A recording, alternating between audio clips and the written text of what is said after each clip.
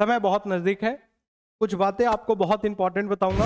आपका exam start होने वाला है और अब आप पूरे तरीके से ये माइंडसेट कर लिए होंगे कि अभी तक जितना पढ़ा है सही है। अब ये नहीं सोचना है इसके बीच में कि क्या छूट गया, क्या रह गया और क्या करने की जरूरत है। कि जब आप अच्छा प्रेजेंट करते हैं कॉपी में तभी आपके मार्क्स अच्छा आते हैं। अब बच्चे के दिमाग में दो बातें का हमेशा एक डर बना रहता है कि 75 तो लाना ही है, नहीं तो फिर दिक्कत हो जाएगी जेई के एग्जाम में। हेलो क्लास 12th स्टूडेंट्स, समय बहुत नजदीक है। कुछ बातें आपको बहुत इंपॉर्टेंट बताऊंगा।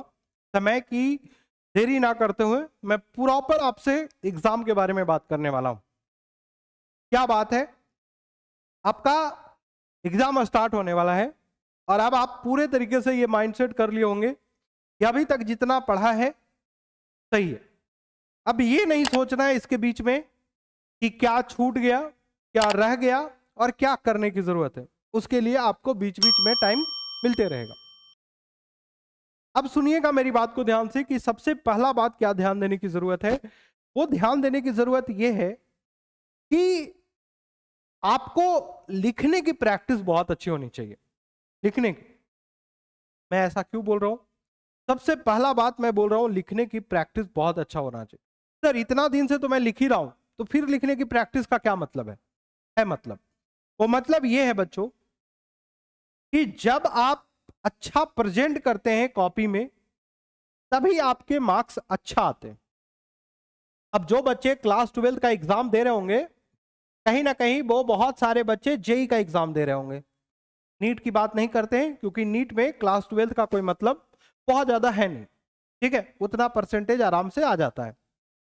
अब जेई के लिए चाहिए 75% की क्राइटेरिया फुलफिल होनी चाहिए।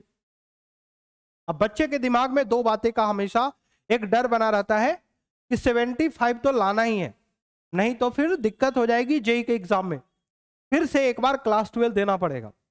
बात तो सही है और डर लगना भी चाहिए, ये जायज है, ये बिल्कुल जायज है कि ऐसा होता है। ये सबके साथ होता है, आपके साथ हो रहा है, बहुत सारे के साथ हो रहा हो। लेकिन इस बात को अभी ज्यादा नहीं सोचना है कि 75% तो एटलीस्ट चाहिए ही चाहिए। ये देखो, जब आप सोचोगे तो ये आपके ऊपर प्रेशर बनेगा और प्रेशर में अक्सर इंसान कुछ ना कुछ गलतियां कर बैठता है।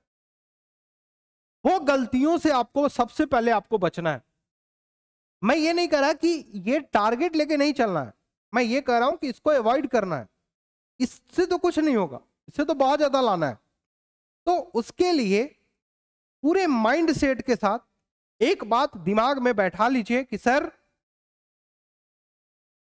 मुझे एग्जामिनेशन हॉल के दौरान, एग्जामिनेशन हॉल में सिर्फ मुझे क्वेश्चंस के आंसर करने हैं और वो क्वेश्चंस के आंसर मुझे आते हैं।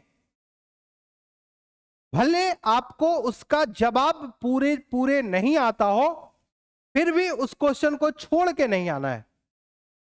जो बात मैं बोल रहा हूं सुन लो मेरी बात को ध्यान से, बहुत इंपॉर्टेंट बात बता रहा हूं। सपोज करते हैं कि ग्रुप ए के 5वां नंबर क्वेश्चन आपको नहीं आता है, तो आप क्या करोगे? छोड़ दोगे? उस टाइम के लिए छोड़ दो। पहले क्वेश्चन वही अटेम्प्ट लो जो आपको आता है, जो आपको दिया गया है क्वेश्चन उसको पूरे तरीके से अटेम्प्ट लेना है। उसके ग्रुप वाइज ध्यान रखिएगा, ये सारी चीजें आपको ग्रुप वाइज पूरे तरीके से लिखना है और ग्रुप वाइज ही आंसर आपको मेंशन करने हैं।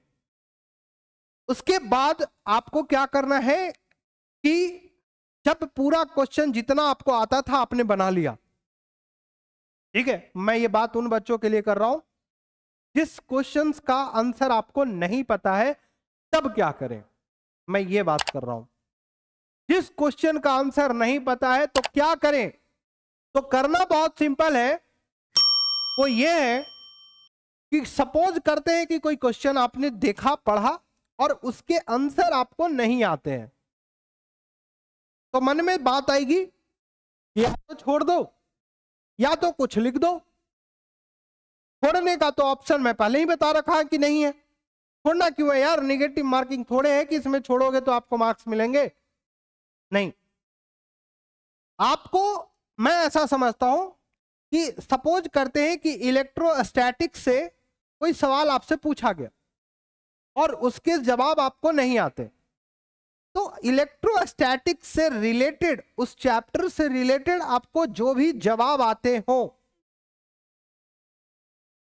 वो आपको लिख देना है। जो भी जवाब आते हो, जो भी आंसर आते हो, लिख देना है। और आपको यह पता रहना चाहिए कि अगर 2 मार्क्स के हैं तो 2 मार्क्स जैसा ही लिखे, अगर 3 मार्क्स के हैं तो 3 मार्क्स के जैसा ही लिखे, अगर 6 मार्क्स के हैं तो 6 मार्क्स के जैसा ही लिखे। ठीक है, बड़ा आंसर करना है तो बड़ा आंसर करेंगे, छोटा आंसर करना है तो छोटा आंसर करेंगे, लेकिन छोड़ के नहीं आना है मेरे भाई, बिल्कुल भी छोड़ के नहीं आना है। ठीक है, क्योंकि ऐसे भी वो बर्बाद ही जाएगा, तो ऐसे भी जाए, क्या दिक्कत है, छोड़ के नहीं आना किसी भी तरीके। बाकी लोग आपको ये सब तो ध्यान रखना ही है, एडमिट कार्ड साथ में लेके जाइए, पानी बॉटल साथ में लेके जाइए, पेन हमेशा ब्लैक या ब्लू यूज कीजिए। ठीक है, ये सब नॉर्मल आप सभी लोग जानते हैं। लेकिन मेन बात ये था कि अक्सर बच्चे यहाँ पे छोड़ के क्वेश्चन आते हैं। अरे नहीं यार, उस चैप्टर से रिलेटेड इतना तो आपने पढ़ा होगा, कि इतना तो आप पता कर सकते हो कि ये फलना क्वेश्चन फलने चैप्टर का है। तो इतना आपको अगर पता है ना, तो उस क्वेश्चंस का जवाब आप रिलेटिवली आप दे सकते हैं, बहुत अच्छे से दे सकते हैं। नहीं आ रहा है, एग्जैक्ट आंसर नहीं पता है मुझे, कोई बात नहीं, लिख के आइए, गर्दा आएगा। मैं ये नहीं कह रहा कि अगर चेक किया जाएगा तो वो गलत होगा, गलत भी हो सकता है, बच गया तो संभावनाएं बेहतर हो सकती है। मैं आपको बस ये सिखाना चाह रहा हूं, मैं आपको गलत नहीं सिखा रहा, मैं आपको बस ये सिखाना चाह रहा हूं कि छोड़ना नहीं है। अगर आपको मार्क्स मिल जाते हैं तो कई बार ऐसा होता है कि फर्स्ट और सेकंड के बीच में 1 मार्क्स का गैप होता है, सेकंड और थर्ड के बीच में भी 1 मार्क्स का गैप होता है, और थर्ड और फेल के बीच में भी 1 मार्क्स का गैप होता है। तो ऐसे सिचुएशंस में ये वाला बात आपके लिए बहुत काम का होगा। इसलिए बच्चों, अच्छे राइटिंग में लिखिए, अच्छा प्रेजेंटेशन दीजिए, फ्रेश माइंड के साथ जाइए। सवाल का जवाब ना आता हो उससे कोई लेना देना नहीं है। मैंने अभी बताया कि आप अभी तक पढ़े हैं या नहीं पढ़े हैं, छोड़ दीजिए। आपको सारे सवाल का आंसर देना है। अगर उस चैप्टर से रिलेटेड आपको कुछ भी आता है तो कुछ भी लिख के आइए, लेकिन लिख के आइए, छोड़ के मत आइए, आपको मार्क्स मिलेंगे। तो ये बात आपको ध्यान रखना है, और अगर आप ध्यान रखते हो तो डेफिनेटली आप बहुत अच्छा करोगे, बहुत अच्छा करो। बाकी आप तमाम बच्चों को, सभी बच्चों को सीबीएसई क्लास 12 के एग्जाम के लिए आपको ढेर सारी बधाई है, ढेर सारा शुभकामनाएं हैं। और मेरा आशीर्वाद, मेरी टीम के आशीर्वाद, मेरे एमसीएम परिवार का आशीर्वाद सदैव आपके साथ रहेगी। आप जरूर बेहतर करेंगे, यही उम्मीद के साथ मैं इस वीडियो को समाप्त करता हूं। मेरा नाम मृणाल कश्यप है, मैं डायरेक्टर और फाउंडर हूं एमसीएम इंस्टीट्यूट पटना का। बच्चों चलिए मिलते हैं फिर से नए वीडियो में। खुद का ख्याल रखिएगा और फोड़ के आइएगा बच्चों। शुक्रिया, जय हिंद।